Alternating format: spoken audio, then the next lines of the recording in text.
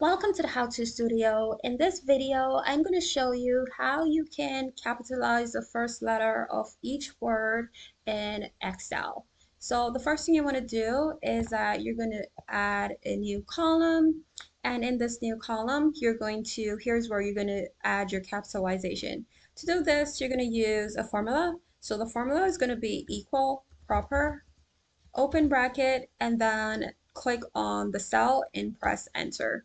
So as you can see, the first letter of each word is now capitalized compared to what we had before. Now to automatically do this for the rest of these rows, all we have to do is to just drag this cell below to populate it for all the other rows.